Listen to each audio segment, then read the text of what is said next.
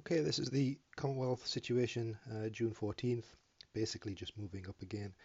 Falling slightly short, we haven't pressed it. Kind of hoping the Vichy will keep falling back, but we are just following up. Moving back down, you can see the HQs and supply.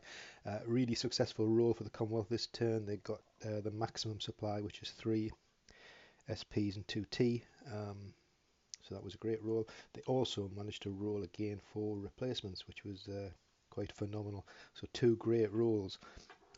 What that means is back here, you can see this unit. You might think it's the same unit as before. It's a Pax again doing a strap move, but it's actually a new unit because the other one's been converted into our friends, the Stafford Cavalry, who we remember were victims of a combat at Willatani River. So they're now back, reformed, and are actually being sent up towards Mid-Jayoun. We've moved back up into contact there again. Not really, obviously, an attack this turn. We might do some barrage artillery because we have got the supply.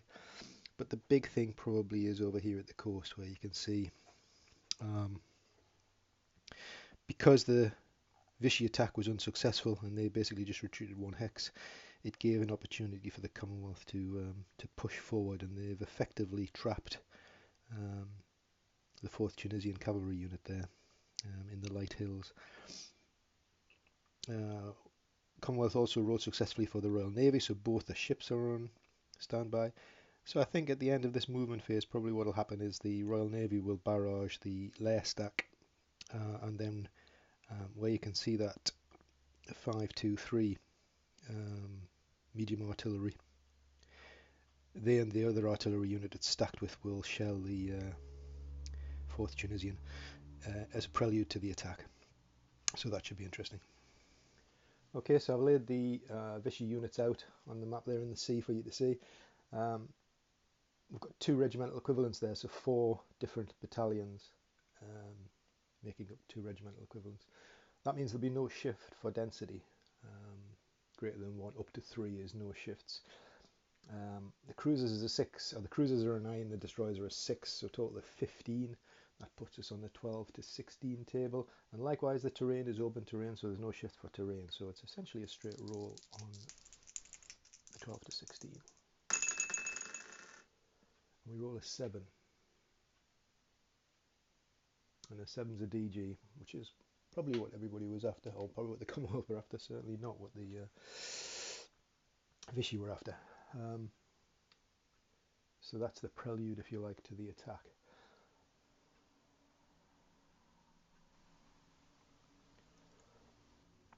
So I'm playing slightly fast and loose with the system here, but or the order of the system, if you like. But we're going to just concentrate on this particular combat down this side. I've restacked the DG'd Vichy units, but I've kept out the artillery unit because the first thing that's going to do is fire some counter battery. Well, it's not counter battery; it's defensive barrage to try and take off some of the pressure from the units that are attacking the 4th Tunisians there. Sadly, they're now halved because of the successful DG by the Royal Navy. So they're only going to roll with a 6. Find my die. This will be down once for density and once for... actually, we won't. I was going to go for the unit with the cavalry because that's like the strongest attacking stack. But I think because of the terrain shift as well, what we'll do is we'll hit the 2 infantry units, so directly in front of the Tunisians there, the 349ers, they're marked in a 643. Ooh, we got a 10. So that's a good roll. So it's on the 5 to 7, down once for density. A 10 is a DG. So the Vichy strike back and get it disorganized on the Commonwealth unit.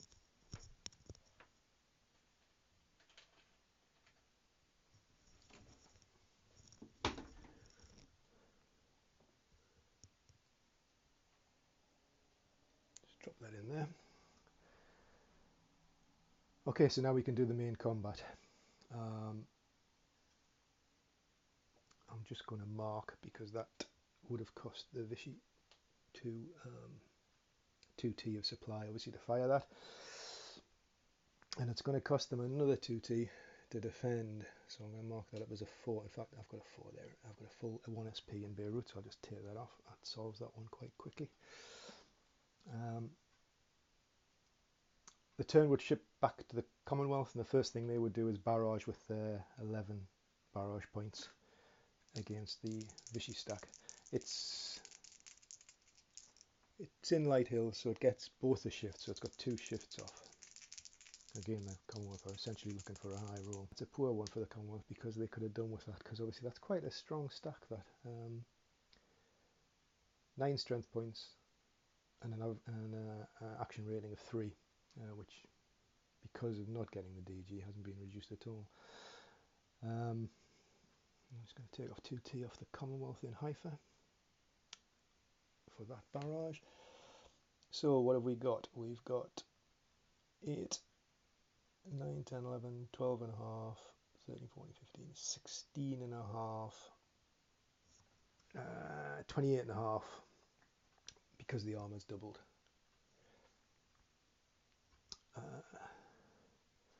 That's going to be 2 to 1, isn't it?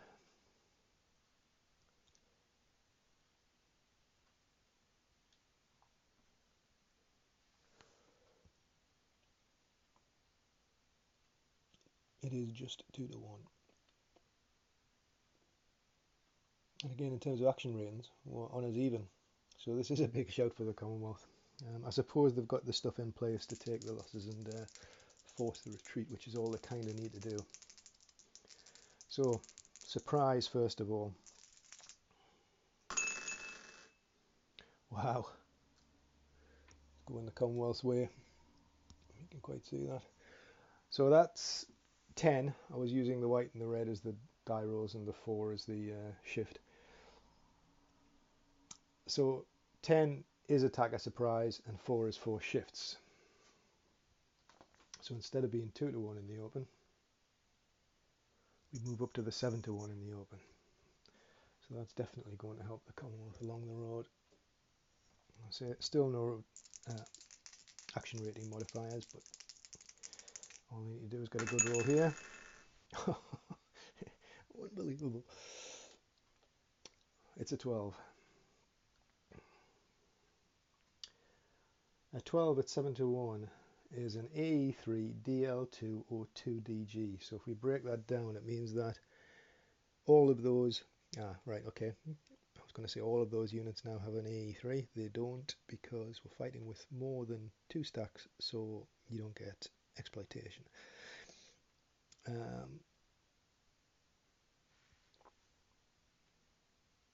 The DL2 though is 2 steps to lose, and essentially we only have 2 steps for the Vichy. 1 and 2. So that would be that. The Commonwealth can pretty much mop up along there. I did have, at one point I put a unit in reserve, but again you're limited in this game. Well, you're limited in all the games, but you're particularly limited in this game at the beginning, because the Commonwealth only have 2 reserve markers, and I have deployed them both. And I wanted to deploy one further over the map, so I didn't. But originally I had one of the motorized units in exploitation mode, which kind of would have been a good thing in this particular instance. But as it happens,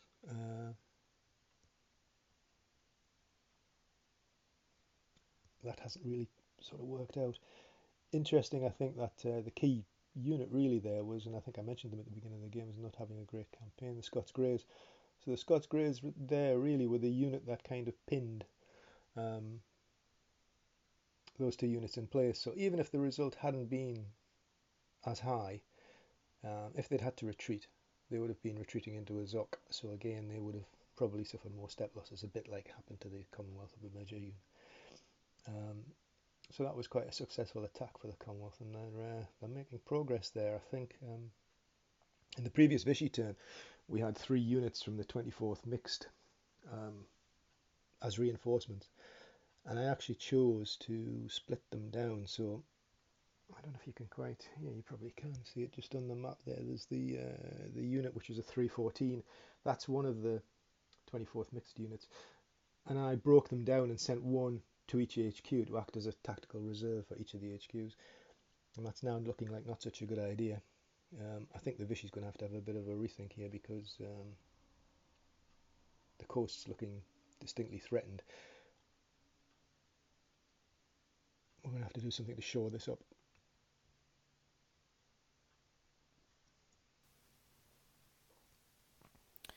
Okay, so we've moved the Vichy basically. You can see they've kind of pulled back to the next river line. Still occupying Sidon, but essentially a pullback. Nothing much happened in the central sector. We've just stayed in place. I think the Commonwealth are still kind of moving up there. And again, if we kind of pan across towards Damascus, you can see there's a secondary defence line, or that might be very soon the primary defence line, along that river line. And then moving forward, you can see that again the Vichy have just pulled back again a little bit further, with the Commonwealth gradually coming towards them. One of the things I thought was quite interesting, if we just pan back over here, start at the coast. So you can see there I've deployed these little green discs, and essentially what they're showing is the victory locations for the Commonwealth.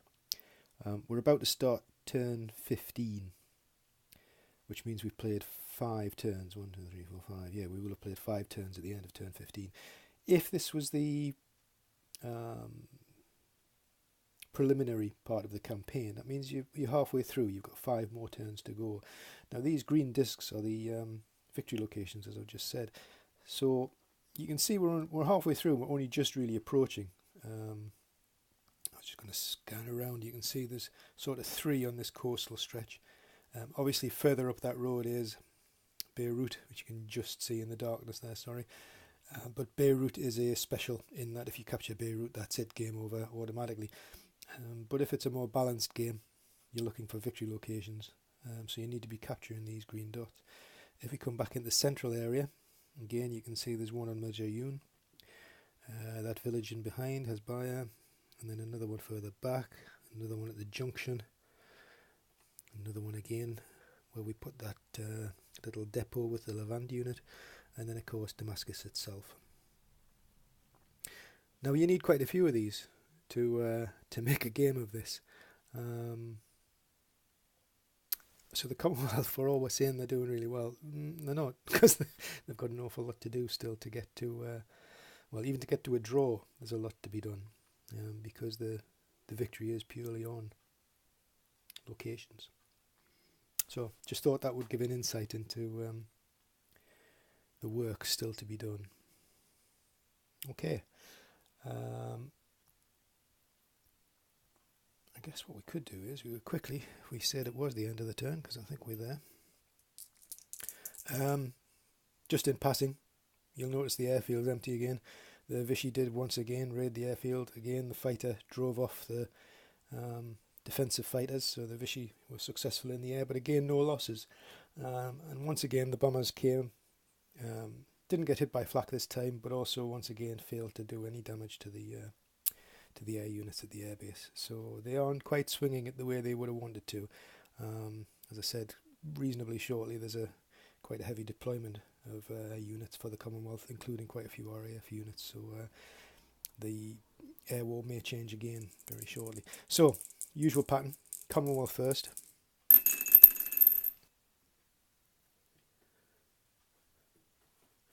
And we've just rolled an 8, so that's the Commonwealth roll.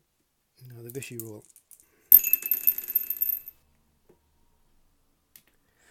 And that's a 6. So once again, the Commonwealth have managed to win the initiative, which means they are kind of controlling this game.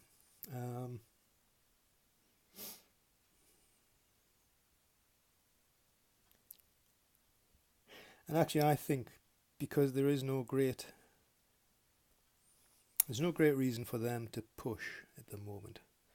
So I think what they will do is they will let the Vichy go. I know it means that the Vichy are going to move further away and get their defensive lines ready, but we're not really catching anybody on the bounce or anything at the minute. There's nothing, I think, too much to be gained by that. So I think that's what we'll do. So it will be, next turn will be June 15, and it will be Vichy first player.